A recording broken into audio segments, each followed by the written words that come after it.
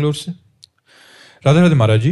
महाराज जी, जैसे कि हमने संतों की वाणी में सुना है कि परब्रह्म परमात्मा श्री कृष्ण और हम में कोई भेद नहीं है, हम परमात्मा के ही अंश हैं और वो हमारे अंश हैं। और यार सुनो, कहने सुनने समझने की थोड़ा अंतराय है। एक चम्मच गंगा जल क्या बोला जाएगा? गंगा जल। और एक टैंकर गंगा जल क्या बोला जाएगा? गंगा जल। और गंगा की धारा के जल को क्या बोला जाएगा? अंतर समझ रहे हो ना? चम्मच से तृप्ति नहीं होगी। टैंकर में नहा भी सकते हो और धारा में खड़े हो गए तो ब्रह्मविद ब्रह्मयु भवति। जब ब्रह्म को जान जाओगे, ब्रह्म में तन्मय हो जाओगे, तब ब्रह्म स्वरूप हो। अभी तो जीव हो, अभी तो देहाभिमानी हो। श्री कृष्ण के समान उन्होंने गिरिराज उठाया, तुम 5 किलो का बाट उठा के दिखाओ 7 दिन तक। हमारे श्री कृष्ण ने 7 दिन 7 रात्रि गिरिराज महाराज को 7 वर्ष की अवस्था में ऐसे धारण किया। हम कह रहे 5 मिनट तुम जो है 7 किलो का वो लेकर के ऐसे खड़े होने की चेष्टा करने में हमें परिश्रम लगने लगेगा, हमें परेशानी लगने लगेगी। 7 दिन 7 रात्रि।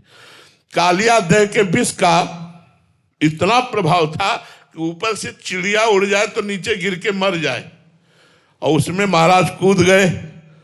कालिया नाग से लिपटकर उसके काटने पर भी छलांग लगाई, उसके फणों पर नृत्य किया। उसके तो 105 फण थे और वो सिद्ध कालिया था, कोई भी रूप धारण कर सकता है। ऐसा नाग भगवान को डसा और भगवान के ऊपर कोई प्रभाव नहीं पड़ा। अच्छा, और मुंजा टवी में आग लगी, भगवान अपने मुंह से पी गए। श्री कृष्ण के समान तो सिर्फ श्री कृष्ण है। हाँ, जैसे गंदा नाला ही है, लेकिन जब वो गंगा जी में गिर जाता है तो सुरसरी भय पावन कैसे, ईस अनीस ही अंतर जैसे। अब वो गंदा नाला नहीं रहा, अब वो गंगा की धारा में मिलने के कारण गंगा के समान पवित्र हो गया। तो सोई जाने जे देहु जनाई, जानत तुम्हें हो जाए। भगवान के समान तो सिर्फ भगवान है। हम भगवान में तन्मय होकर भगवान को प्राप्त कर सकते हैं। जो भगवान को प्राप्त हो गया वो भगवान के समान हो गया। लेकिन क्या आज तक कोई ऐसा ऋषि मुनि है जो भगवान की समानता कर सके? जो भगवान ने लीला की उसकी समानता कोई कर सके, ऐसा कोई नहीं है। भगवान अनंत रूप धारण करके गोपियों के साथ रास किए। कैसी कैसी भगवान की मधुर लीलाएं, ऐश्वर्यमय लीलाएं, कैसी चकित करने वाली लीलाएं। 23 अक्षोणी सेना लेकर के जरासंध, जिसको 20,000 राजाओं को बंदी बना करके और भैरव यज्ञ के लिए रखा था, जिसे कोई परास्त नहीं कर सकता। 23 अक्षोणी सेना लेकर 17 बार मथुरा में आक्रमण किया। ठाकुर जी ने काट काट के सबको फेंक दिया, उसको छोड़ देते थे कि और लाएगा। ठाकुर जी की बराबरी केवल ठाकुर जी कर सकते, दूसरा नहीं कर सकता। हाँ, ज्ञान के द्वारा। अब जैसे एक चम्मच पानी है, अब वो गंगा जल में छोड़ दिया गया, अब क्या कहोगे उसे? पानी थोड़ी कहोगे, अब गंगा जल कहोगे। तो ये जो जीव है देहाभिमानी, ये भगवान का भजन करके जब भगवान में तन्मय हो जाता है, तो जैसे अभी कहा गया, मोरे मन प्रभु विश्वासा, राम ते अधिक राम कर दासा। ये भाव का विषय ना, क्यों सामर्थ्यशाली हो गया भगवान से अधिक। भगवान से अधिक सामर्थ्यशाली कोई नहीं है। भगवान जैसे तो सिर्फ भगवान है। उनमें तन्मय होकर देखो, भगवान है समुद्र, हम है तरंग। तरंग किसकी होती है? समुद्र की होती है। लेकिन जब तक उसमें वायु विकार है तब तक आप उसे समुद्र नहीं कह सकते, उसे तरंग कहेंगे। जहां वायु विकार हटा वो समुद्र हो जाता है। ऐसे माया विकार हटा तो जीव ब्रह्म स्वरूप हो गया। ब्रह्मविद ब्रह्मयु भवति। तो ऐसी बात समझो। इसलिए भगवान के चरणों का रहस्य जानने वाले सनक सनंदन सनातन सनत कुमार ब्रह्मबोध ज्ञान होने पर भी हरिश शरणम हरिश शरणम हरिश शरणम ऐसा जपते रहते हैं। भगवान के समान तो भैया सिर्फ भगवान है। भगवान के ही हम सब अंश हैं, इसलिए भगवत स्वरूप है। क्योंकि पूर्ण का अंश पूर्ण ही होता है, लेकिन हम भगवान नहीं बन जाएंगे। ये भी ध्यान रखो। भगवान के समान तो सिर्फ भगवान है, दूसरा कोई नहीं। जब जब किसी ने वरदान मांगा कि आपके समान पुत्र हो, तो भगवान ने यही कहा, मेरे समान तो सिर्फ मैं हूं, इसलिए मैं ही तुम्हारा पुत्र बनूंगा करके। तो इसलिए भगवान के समान तो सिर्फ भगवान। छठी के दिना देवताओं को भी परास्त कर दे अपनी दहाड़ मात्र से। 6 कोस का जिसका शरीर था, ऐसी पूतना को छठी के दिन लटका दिया सरकार ने। ठाकुर जी ने छठी के दिन, अभी 6 दिन आए हुए थे धराधाम पे, और पूतना मारने के लिए गई, तो 6वें दिन ही उसका स्तन मंडल पर महाविष लगा के आई थी। भगवान ने विष भी पिया और उसके प्राण भी पिए। भगवान के समान तो भगवान। तृणावर्त, बकासुर, अघासुर, कंस, चाणूर, मुष्टिक, केशी, प्रलंबासुर, धेनुकासुर, ऐसे महाबलियों को भगवान ने खेल खेल में ऐसे मसल डाला। भगवान के समान तो सिर्फ भगवान ही है। बीना जी सूरतगढ़ से। श्री हरिवंश महाराज जी एक दोहा आता है कि सत्संग की आदि घड़ी तप के बरस हजार, तो भी बराबर है नहीं कहे कबीर विचार। महाराज जी, क्या सत्संग एक पूर्ण साधना है, किसी और अन्य साधन की फिर आवश्यकता ही नहीं? देखो, तपस्या एक अलग चीज है, सत्संग सीधे भगवान से संबंध कराता है। तपस्या अहम से संबंध कराती है। ये सब तपस्या के जो अंग हैं, इनमें अहम पुष्ट होता है, और सत्संग भगवान से संबंध कराकर अहम का नाश करता है। इसलिए हजारों वर्ष तपस्या की जाए तो अहम तो नष्ट नहीं हुआ ना। और यदि बड़े महापुरुषों का संग मिल जाए तो आधे पल में अहंकार का नाश कर दे। अहंकार को भगवान के चरणों में समर्पित कर दें। जैसे अम्बरीश जी महाराज चक्रवर्ती सम्राट हैं, पर देवर्षि नारद जी का सत्संग प्राप्त होता है। और महान तपस्वी 60 हजार वर्ष की समाधि लगाने वाले तपस्वी दुर्वासा जी हैं। तो देखो, बेमतलब में जाकर एक महाभागवत को सता रहे हैं, बेमतलब में जाके। केवल उनका यश सुना तो ईर्ष्या प्रकट हो गई, हो गए, और पूरी कथा है, कृत्या उत्पन्न कर दी मारने के लिए। ऐसे निरपराध महाभागवत को कष्ट देने की बात आ गई। तो ये तपस्वी की हालत है। और भगवान के संबंधी हैं कि हाथ जोड़े 1 वर्ष ऐसे ही खड़े रहे बिना अन्न पाए, जब तक दुर्वासा जी लौट कर नहीं आए। और जब लौट कर आए तो कहा, जीवन में जितने भी भजन साधन सुकृत दान पुण्य हैं, हे सुदर्शन जी, हम सब आपको देते हैं, दुर्वासा की जलन मिट जाए। तब वो चरणों में गिर पड़े कि आज मैंने भगवान के भक्ति की महिमा को देखा। तपस्वी दुर्वासा जी अम्बरीश जी के चरणों में गिर पड़े कि आज मैंने भगवान के भक्ति की महिमा को देखा। तो भगवान की भक्ति स्वतंत्र सकल सुख खानी, और बिनु सत्संग न पावे प्राणी। तो सत्संग से भक्ति की प्राप्ति होती है। भक्ति भगवान को अधीन कर लेती है। भक्तिवश्य भगवान भक्ति के वशीभूत है। भगवान भक्ताधीन मना पूज्यो, भक्त के अधीन है। तपस्वी कोई भगवान को आज तक अधीन नहीं कर पाया, लेकिन भक्तों के अधीन। भक्तन पाछे यो फिरे जो बछड़ा संग गाय। जैसे बछड़ा को आगे लेके चलो तो गाय रमाती हुई आए, ऐसे जहां भक्त जाता है उसके पीछे पीछे भगवान। यहां तक कि जहां मेरा भक्त चरण रखे वहां रखूं मैं हाथ, पीछे पीछे मैं फिरूं कभी न छाड़ू साथ। यहां तक कि भक्तों की चरण रज लेने की भगवान आकांक्षा करते हैं।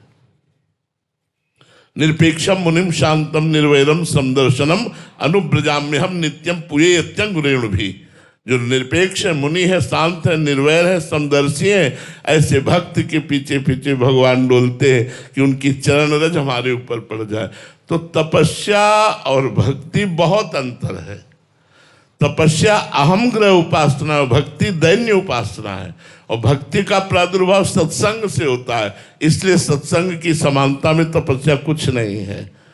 हजारों वर्ष तपस्या करके जो अनुभव नहीं होगा, आधे पल के सत्संग में वो बात अनुभव में आ जाएगी। इसीलिए तात स्वर्ग अपवर्ग सुख धरी तुला एक अंग, तूल न ताहि सकल मिली, जो सुख लव सत्संग। लव मात्र के सत्संग से जो मिल जाएगा वो स्वर्ग और मोक्ष में भी नहीं है, ऐसा वर्णन आया है। प्रवीण जी राजस्थान से। राधे राधे महाराज जी। महाराज जी, सम मोहि मैं जग देखा, मोते संत अधिक करे लेखा। भगवान से भी भगवान के भक्त की उपासना श्रेष्ठ क्यों है महाराज जी? भगवान के होते हुए भी दुर्दशा नहीं रुकी। सबके हृदय अछत अविकारी, सकल जीव जगदीन दुखारी। परमानंद में भगवान सबके हृदय में बैठे, लेकिन दुर्दशा नहीं रुकी। पुनरपि जननम पुनरपि मरणम पुनरपि जननी जठरे शयनम चलता रहा। लेकिन जब भक्त मिला, संत मिला, संत समागम हुआ, बुद्धि बदली, भगवान की भक्ति जागृत हुई, संत कृपा से भगवान की कृपा का परिचय मिला, तो जन्म मरण चक्र रुक गया। संत संग अपवर्ग कर, संत का संग मोक्ष पदवी को प्रदान करने वाला हुआ। तो भगवान सबके हृदय में बैठे हैं, लेकिन काम नहीं आए। काम तब आए जब संत रूप से भगवान मिले और हमें उपदेश किया और हम उनकी आज्ञा का पालन किया, तो भगवान से परिचय हो गया और भगवान की प्राप्ति हो गई। इसलिए मोरे मन प्रभु से विश्वासा, राम ते अधिक राम कर दासा। भगवान ने कहा, जाने उस संत अनंत समाना, सातों सब मोहिमे जग देखा, मोते अधिक संत कर लेखा। मेरे से भी अधिक संत को मानो, क्योंकि संत की कृपा से ही तुम मुझे जान पाओगे।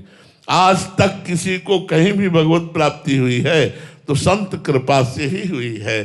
ऐसे तो 184 योनियों में भटक ही रहे, सबके हृदय में भगवान है, लेकिन जब संत समागम हुआ तो 84 का चक्र रुक गया और भगवान की भक्ति के द्वारा हम भगवत प्राप्त हो गए। इसलिए हम भगवान से भी बढ़कर गुरु को मानते हैं, भगवान से भी बढ़कर संतों को मानते हैं। ऐसा भगवान ने भी आदेश किया है। प्रियंका मिश्रा जी। राधे राधे गुरुदेव।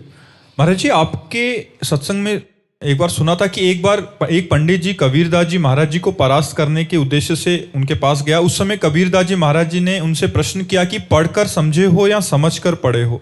महाराज जी, इस बात का अर्थ क्या है? कि अगर पढ़ के समझे होते तो भगवान का भजन करने लगते, क्योंकि शास्त्रों का सार है भगवान का भजन करना। और अगर समझ के पढ़े होते तो भगवान का भजन करने लगते। तो ना तुम समझ के पढ़े हो, ना पढ़ के समझे हो। इसलिए अभी तुम्हारे अंदर वो भाव नहीं है, विद्वता का अहंकार लेकर के दूसरों को पराजित करते हुए डोल रहे हो। तो ना तुम पढ़ के समझे हो, ना समझ के पढ़े हो। अगर पढ़ के समझ गए होते तो भगवान की शरण में होते, यदि समझ कर पढ़े होते तो शास्त्रों का सारे भगवान की भजन में या भगवान की वृत्ति में रहना या आत्मस्वरूप में स्थित होना। तो ना तुम समझ के पढ़े हो और ना पढ़ के समझे हो। कबीरदास जी ने यही बात समझाई उनको। अनिल जी, श्री हरिवंश महाराज जी। महाराज जी, हम अक्सर आपकी वाणी से सुनते हैं कि दुनिया में लाखों का मेला जुड़ा, हंसा जब जब उड़ा अकेला उड़ा। महाराज जी, हम संसारिक जन मेलों से कैसे हटे महाराज जी? वैराग्य और आध्यात्मिक नाम जप करो, नाम जप में सामर्थ्य है। जितना नाम जप करोगे तो संसार से वैराग्य, अपने स्वरूप का ज्ञान और भगवान से प्रेम, तीनों बराबर होता चला जाएगा। लेकिन जैसे बहुत दिनों का भूखा आदमी हो और उसे एक कवल खाकर हटा दो तो भूख और प्रबल हो जाएगी, ऐसे बहुत जन्म से परमानंद में भगवान से बिछुड़े हुए हैं। तो अभी थोड़ा भजन हमें जलन प्रदान करता है, अधिक भजन करें तो यही भजन संसार से वैराग्य दिला देगा, भगवान से प्रेम हो जाएगा, अपने स्वरूप का ज्ञान हो जाएगा। हमें चिंता करने की जरूरत नहीं। राम नाम मणिदीप धरि, जीह देहरी द्वार, तुलसी भीतर, भीतर ज्ञान का प्रकाश और बाहर वैभव का प्रकाश, दोनों इन पर लोग सकल सुख पावत। जीव रूपी देहरी पे भगवान का नाम रख लो तो बाहर वैभव का प्रकाश और अंदर ज्ञान वैभव का प्रकाश, दोनों हो जाएगा। राम नाम मणिदीप धरि, जीह देहरी द्वार, तुलसी भीतर बाहिरो, जो चाहस उजियार। बाहर भी चकाचक आनंद और अंदर भी चकाचक आनंद भगवान के नाम के प्रभाव से। न्यायाधीश हिमांशु जोशी जी, एमपी हाईकोर्ट। महाराज जी, जीवन की असली सफलता क्या है? स्वरूप का बोध हो जाना, भगवान से प्रेम हो जाना, मैं कौन हूं इसका पता लग जाना और भगवान से प्रेम हो जाना, ये असली सफलता। अगर ये नहीं हुई तो सब सफलता मिट्टी। आप जब शरीर छूटेगा तो आप जज नहीं रहेंगे। शरीर छूटेगा तो आपका करोड़ों का बैंक बैलेंस आपके साथ नहीं जाएगा, आपका बंगला नहीं जाएगा, गाड़ी नहीं जाएगी, पति नहीं जाएगा, परिवार नहीं जाएगा, मित्र नहीं जाएगा, अकेले आप जाएंगे और वो कर्मों का बोझा लेकर। जैसा कर्म किया शुभ या अशुभ उसका बोझा लेकर जाएंगे। तो उत्तम बात है स्वरूप का बोध प्राप्त करके कर्मों को विध्वंस कर देना, भगवान का प्रेम प्राप्त करके समस्त कर्मों को नष्ट करके मुक्त हो जाना, यही जीवन की सफलता है। और तो सब असफलता ही है। सफलता जीवन की है भगवत प्राप्ति, तत्व ज्ञान हो जाना। हेमलता वासुदेवी जी, न्यू दिल्ली से। राधे राधे महाराज जी। महाराज जी, यदि ज्ञान चक्षु को खोलना चाहते हैं हम, तो उसकी शुरुआत मैं कहां से करूं? गुरु चरण रज से। बंदो गुरुपद पदुम परागा, सुरुचि सुबास सरस अनुरागा, श्री गुरु पदनख मनगन ज्योति, और सुमिरत दिव्य दृष्टि ही होती। दिव्य दृष्टि कहाँ से प्राप्त होती? गुरु जी के नखमणि का ध्यान करने से, गुरु जी की चरण रज का सेवन करने से। तो इसलिए पहले गुरु बनाओ, गुरु चरणों की आराधना करो, गुरु चरण कृपा से हमारे ज्ञान नेत्र खुलेंगे। और कोई साधना इसकी नहीं है। नहीं तो चाहे शिव बिरंच सम होई, गुरु बिन भवनिधि तरह न कोई। तो इसलिए पहले गुरुदेव भगवान का वर्ण करो और गुरुदेव भगवान के द्वारा बताई हुई उपासना पद्धति से उपासना करो, सब बात ठीक हो जाएगी। नैना जी, हिसार से। राधा वल्लभ श्री हरिवंश महाराज जी। महाराज जी, भक्ति में मनमानी अर्थात मन की चाहना बाधक क्यों है, और फिर हम हमारी मनमानी का पूर्ण रूप से त्याग कैसे कर पाएंगे? देखो, मनमानी का मतलब है कि बिहारी जी हैं इधर, आप कह रहे हैं मैं बहुत दौड़ने वाला हूं, इधर से प्राप्त करूंगा, मैं छठी करा जाऊंगा। ये छठी करा जाना मनमानी हुआ, और बिहारी जी की तरफ चलना हुआ गुरुमानी। अब आप छठी की तरफ जिंदगी भर दौड़ते रहे, क्या बिहारी जी के दर्शन पा जाएंगे? और बिहारी जी की तरफ आप लेट करके चले तो भी आप पहुंच जाएंगे, लेटे लेटे जाए तो भी पहुंच जाएंगे, क्योंकि एक एक कदम आप बिहारी जी के नजदीक होते जाएंगे। तो शास्त्र आज्ञा और गुरु आज्ञा भगवान के नजदीक आपको पहुंचाती है, और मनमानी उल्टा चाल है। इसलिए मनमानी चलने वाला कभी भगवत प्राप्ति नहीं कर सकता। अब मनमानी छोड़ने के लिए शास्त्र और गुरु की आज्ञा में अपने आप को समर्पित करना पड़ता है। जैसा हमारे गुरुदेव कहें, जैसा शास्त्र कहे, वैसा हमें चलना है। उसमें मुझे कोई विचार नहीं करना, अपनी बुद्धि नहीं लगानी, तो हमारा बेड़ा पार हो जाएगा। संदीप जी, दिल्ली से। राधे राधे महाराज जी। गुरुदेव, आपने सत्संग में बताया था कि आपकी किडनी खराब होने से पहले आपको साधन का ज़्यादा भरोसा था, लेकिन किडनी खराब की खबर मिलने के साथ ही आपकी शरणागति बिल्कुल दृढ़ हो गई। तो महाराज जी, हम जैसे साधकों को ऐसी ही किसी घटना का इंतजार करना चाहिए या किसी अन्य साधन से? नहीं भैया, मत करना इंतजार घटना का। बहुत भगवान की कृपा है जिससे हम आपके सामने बोल पा रहे हैं, नहीं तो दशा नहीं है शरीर की बोलने की। पीड़ा पूरे शरीर में, भयंकर पीड़ा है पूरे शरीर में इस समय भी, पर वो भगवान की कृपा से। तो भगवान से मनाओ कि शरीर स्वस्थ रहे और मन आपके चरणों में लग जाए, ये बहुत बड़ी बात है। अस्वस्थ होने पर फिर प्रायः मन शरीर में ही लगा रहता है। जिनका मन लग चुका है भगवान में उनकी बात तो अलग है, पर जिनका मन नहीं लगा है पूर्ण रूप से, फिर वो शरीर में ही लगा रहता है। इसलिए विपत्ति की आशा तो मत करो यार, भगवान की शरणागति की जरूर आशा करो कि नाथ ऐसा विवेक दे दो, ऐसी बुद्धि दे दो जो आपकी शरण में आ जाए। सबको विपत्ति दे के ही थोड़ी शरण में भगवान लेते हैं। हाँ, अलग अलग प्रक्रिया है शरणागत की। कोई घटना, कोई विपत्ति दे के, तो किसी को ज्ञान दे के, विवेक दे के। सब सुख संपत्ति है वो भगवान की शरण में है, पूर्ण रूप से उसे भगवान विवेक दे देते हैं। तो विवेक से भी तो शरणागति होती है। तो विपत्ति की मांग ना करो, दे दे तो उनका प्रसाद। जब किडनी नहीं खराब थी चूंकि बचपन से साधनाभ्यास में लगे, तो वही साधन का भाव था कि अगर हम 6 घंटे पद्मासन में बैठते हैं तो ये हमें भगवत प्राप्ति कराएगा। कृपा का भरोसा नहीं था, कृपा शब्द से हमारा परिचय नहीं था। इंद्रियों को रोको, मन को रोको, जितेंद्रिय रहो, ब्रह्मचर्य रहो, भूखे प्यासे रहो, गर्मी सर्दी सहो, भगवान का भजन करो, ऐसा था। लेकिन जब किडनी फेल हुई तो बैठने लायक नहीं, अब भरोसा टूट गया साधन का और साध्य का भरोसा हो गया कि प्रभु अब तो सिर्फ आपकी कृपा से मेरा मंगल हो सकता है, आपकी कृपा से आपसे मिलन हो सकता है, मेरे में कोई साधना करने की तो सामर्थ्य रह नहीं गई। नाथ मैं आपकी शरण में हूँ। हृदय से शरणागति का प्रादुर्भाव हो गया। तो कभी कभी किसी घटना से शरणागति हो जाती, कभी कभी विवेक से शरणागति होती। इसलिए घटना मांगो मत, उनको देना हो तो दे देंगे, वो सामर्थ्य भी देंगे सहने की। वैसे विवेक से शरणागति बहुत सुंदर हो जाती है।